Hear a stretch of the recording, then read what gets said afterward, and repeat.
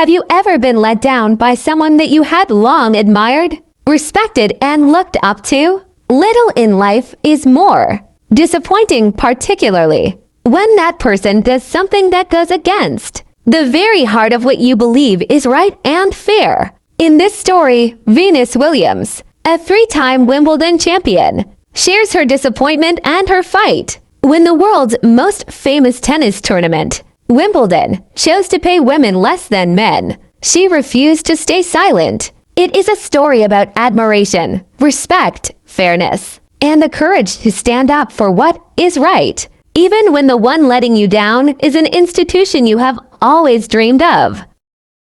Have you ever been let down by someone that you had long admired, respected, and looked up to? Little in life is more disappointing, particularly when that person does something that goes against the very heart of what you believe is right and fair. When I was a little girl and Serena and I played matches together, we often pretended that we were in the final of a famous tournament. More often than not, we imagined we were playing on the center court at Wimbledon. Those two young sisters from Compton, California, were Wimbledon champions many times. Years before our dreams of playing there became reality. There is nothing like playing at Wimbledon. You can feel the footprints of the legends of the game, men and women that have graced those courts. There isn't a player who doesn't dream of holding aloft the Wimbledon trophy. I have been fortunate to do so 3 times, including last year. That win was the highlight of my career to date,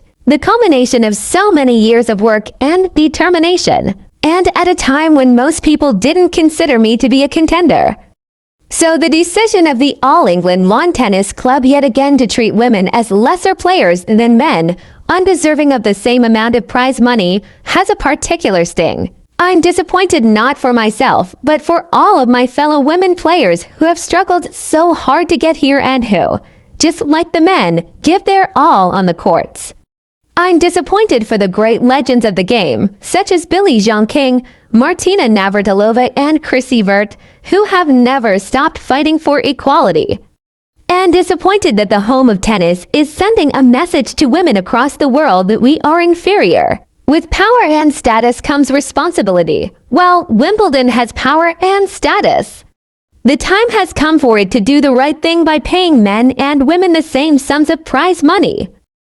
The total prize pot for the men's events is £5,197,440.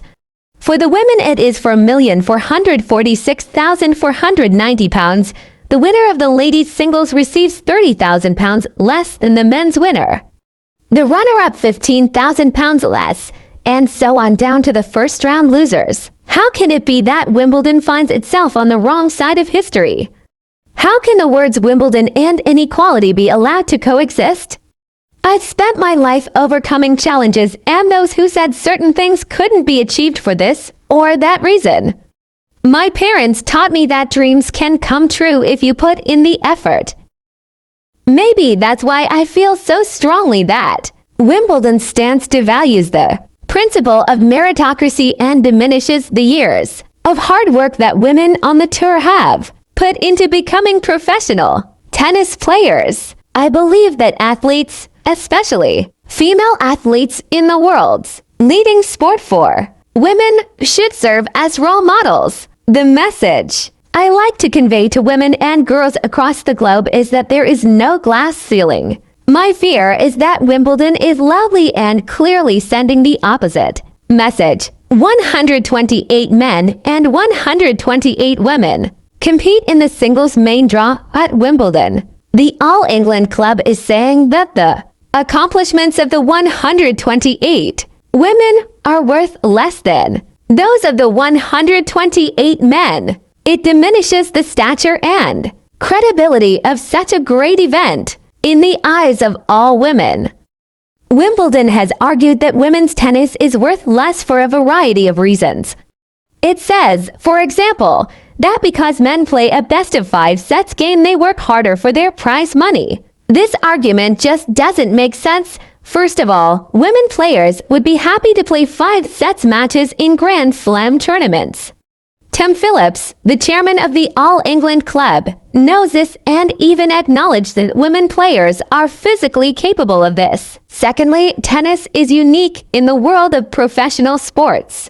No other sport has men and women competing for a Grand Slam championship on the same stage at the same time. So in the eyes of the general public, the men's and women's games have the same value. Third, athletes are also entertainers. We enjoy huge and equal celebrity and are paid for the value we deliver to broadcasters and spectators, not the amount of time we spend on the stage. And for the record, the ladies' final at Wimbledon in 2005 lasted 45 minutes longer than the men's, no extra charge. Let's not forget that the US Open for 33 years and the Australian Open already award equal prize money. No male player has complained. Why would they? Equality is too important a principle to give up on for the sake of less than 2% of the profit that the All England Club will make at this year's tournament.